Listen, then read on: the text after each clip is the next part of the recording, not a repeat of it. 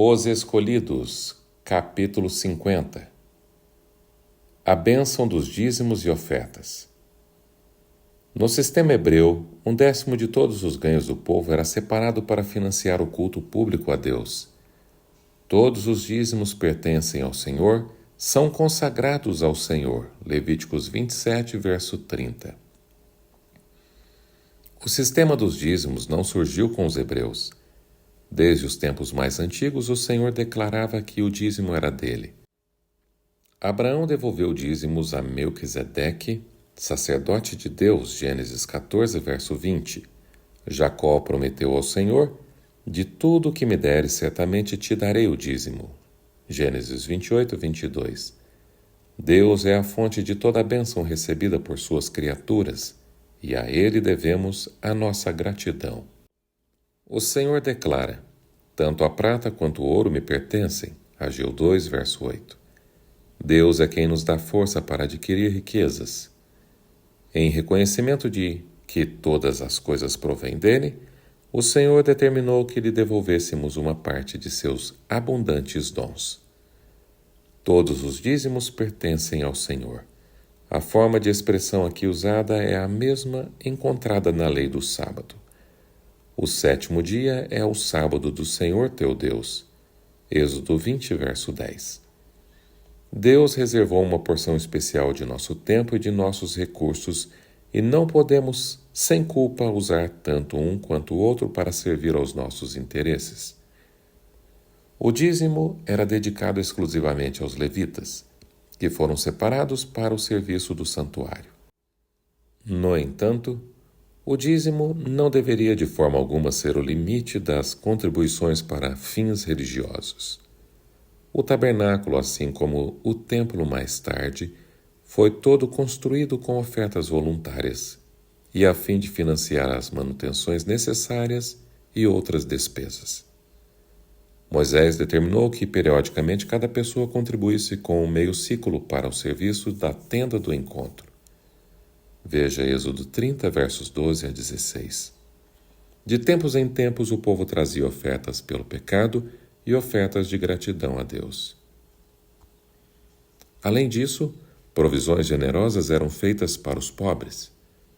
Era sempre lembrado o povo que Deus era o verdadeiro proprietário de seus campos, rebanhos e gado, que ele lhes enviava a luz do sol e a chuva para o plantio e a colheita, e que ele os havia feito mordomos de seus bens. Quando os israelitas se reuniram no tabernáculo, carregados com os primeiros frutos do campo, do pomar e do vinhedo, eles reconheciam publicamente a bondade de Deus. Quando o sacerdote aceitava as doações, o ofertante dizia: o meu pai era um arameu errante, e descrevia a permanência no Egito e a aflição de que Deus libertou Israel. Ele nos trouxe a este lugar e nos deu esta terra, terra onde manam leite e mel, e agora trago os primeiros frutos do solo que tu, ó Senhor, me deste. Deuteronômio 26, versículos 5, 9 e 10. O segredo da prosperidade. Diz Salomão, o sábio: há quem dê generosamente e vê aumentar suas riquezas. Outros retêm o que deveriam dar e caem na pobreza. Provérbios 11, 24. O apóstolo Paulo ensina a mesma lição no Novo Testamento. Aquele que semeia pouco, também colherá pouco. E aquele que semeia com fartura, também colherá fartamente.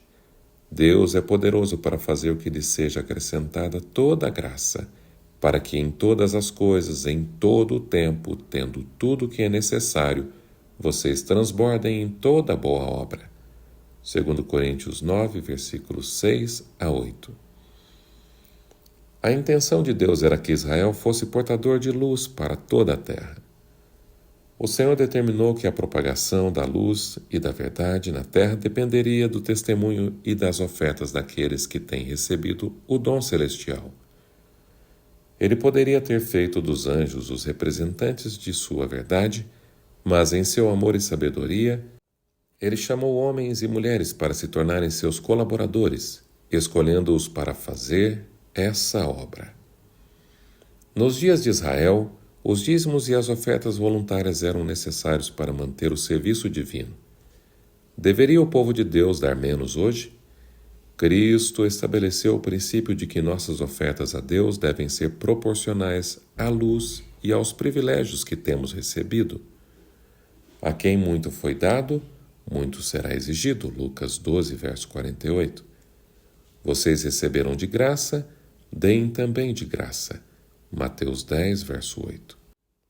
Diante do sacrifício sem igual do glorioso Filho de Deus, não deveríamos expressar nossa gratidão por meio de ofertas mais generosas?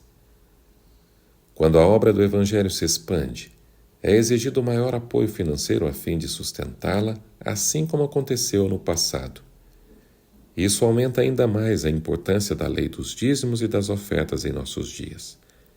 Se o povo de Deus sustentasse a sua causa de forma mais liberal por meio das ofertas voluntárias, ele seria honrado e muito mais pessoas seriam alcançadas para Cristo.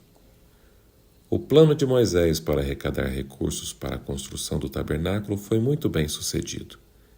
Ele não fez uma grande festa. Não convidou o povo para cenas de alegria, dança e diversão. Tampouco fez sorteios ou rifas.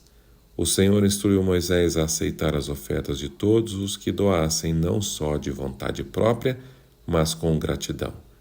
As ofertas vieram em tão grande quantidade que Moisés pediu que o povo parasse de trazer doações, pois eles tinham dado mais do que poderia ser usado. Deus nos fez seus administradores. O Senhor diz: honrarei aqueles que me honram. 1 Samuel 2, verso 30. Deus ama quem dá com alegria. 2 Coríntios 9, verso 7. E quando o seu povo lhe trouxer dons e ofertas com o coração agradecido, e não com pesar e por obrigação, sua bênção o acompanhará, assim como ele prometeu. O fim do capítulo 50.